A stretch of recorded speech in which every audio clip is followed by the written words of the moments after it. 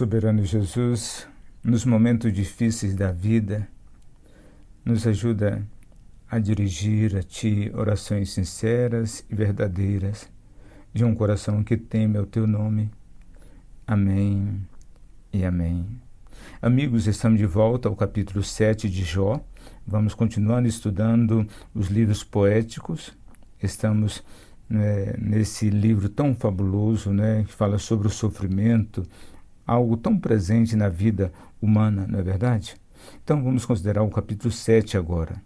O capítulo 7, o título é o seguinte: o desespero que ora, a angústia que busca a face de Deus. Então, nesse capítulo, nós vamos aprender a transformar a dor,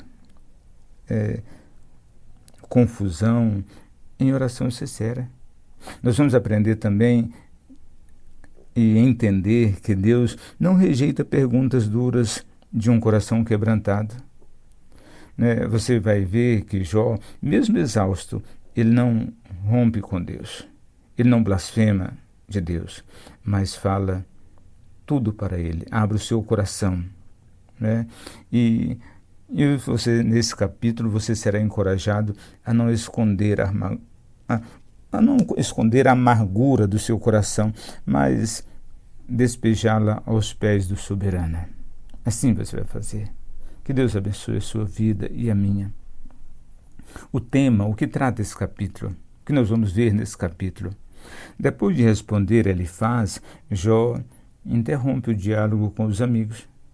No capítulo 6, ele falou com Elifaz. Agora, no capítulo 7, ele vai dirigir a sua voz diretamente a Deus. Ele reclama da brevidade da vida, do peso das noites longas, do terror dos sonhos, e clama por explicações. Uma oração crua, mas cheia de fé. Isso é verdade. Então, a título de introdução, nós podemos dizer o seguinte, que Jó 7, no capítulo 7 de Jó, é uma das orações mais humanas da Bíblia.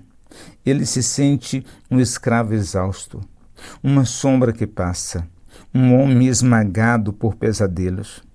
Ainda assim, em vez de blasfemar, Jó transforma seu grito em um diálogo com Deus. Sua dor vira uma devoção. Que isso é maravilhoso. Observe, então, agora o texto mesmo.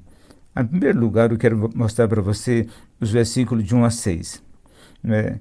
A vida como servidão e angústia. Observe o que ele diz no versículo 1. Não tem o homem dura luta sobre a terra, e não são os seus dias como os de um trabalhador contratado? Então, nesse texto, Jó compara a sua vida à de um trabalhador, um escravo que suspira pelo fim do turno. Veja o versículo 2. Então, suas noites são mais longas que os dias. Ele diz: quando me deito e digo, quando me levantarei?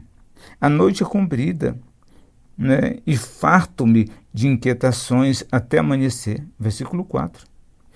Sua carne apodrece em feridas e crosta. Versículo 5. E é um retrato do esgotamento físico e mental de um homem piedoso. Meus queridos amigos, nem todo gemido é pecado. Lembre disso. Às vezes é apenas o som da alma tentando continuar crendo e confiando no eterno. Observe agora os versículos de 7 a 10. O desabafo sobre a brevidade da vida. Jó diz no versículo 7, lembra-te de que a minha vida é um sopro. Jó lembra a Deus de que a sua vida é curta. Como um sopro que, uma vez no Seol, não voltará mais à luz dos vivos. Versículo de 8 até o 10. Ele não entende, então, por que tanto peso para uma vida tão frágil, tão curta, tão breve. Meus queridos amigos, a fragilidade da vida, ela deveria nos levar a orar mais, a amar mais, a julgar menos. E Jó deixa isso claro, a vida é breve, muito curta. Observe, em terceiro lugar, o clamor direto a Deus. Versículo 11 a 16. Ele diz, versículo 11, ele diz o seguinte: não reprimirei a minha boca, falarei na angústia do meu espírito. Então, Jó, nesse texto, ele rompe o silêncio da alma, ele confessa que se sente vigiado como um monstro marinho preso. Né? Versículo 12.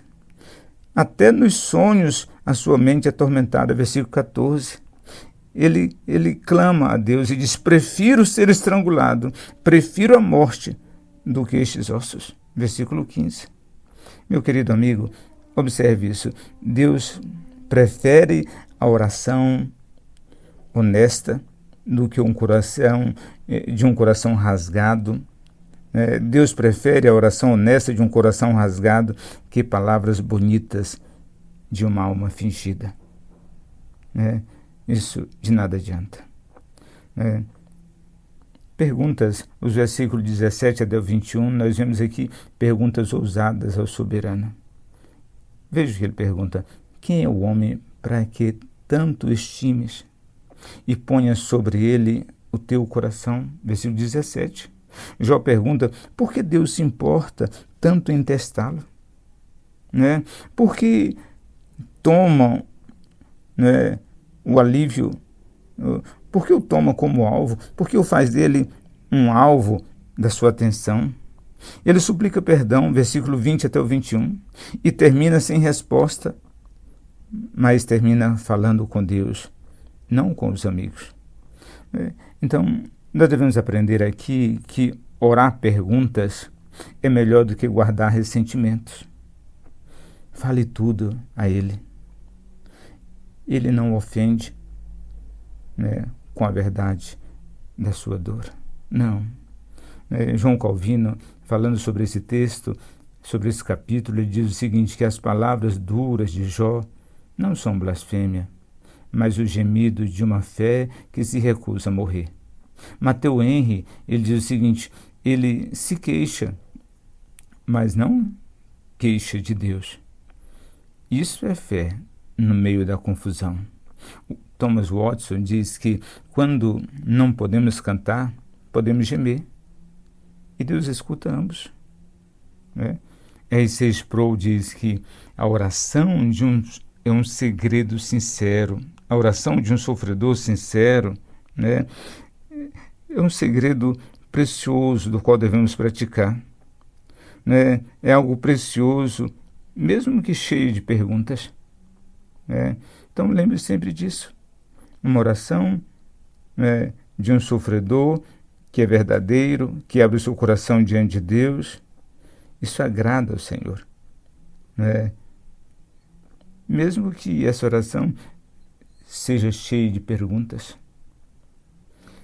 Como conclusão, deixe-me dizer para você uma coisa. Jó, capítulo 7, mostra que a oração não é só louvor, é também lamento. Quando não entender, não fuja de Deus, corra para Ele. Sua dor é segura nas mãos de Deus, que entende os gemidos. Coloque isso no seu coração, lembre dessa verdade. Foi isso que Jó fez nesse capítulo, dirigiu-se diretamente ao Eterno, queixou-se diante do Senhor, do Deus Todo-Poderoso, e Deus escutou as suas preces. Que Deus o abençoe. Deus abençoe a todos nós poderosamente. Amém e amém. Amém. Amém.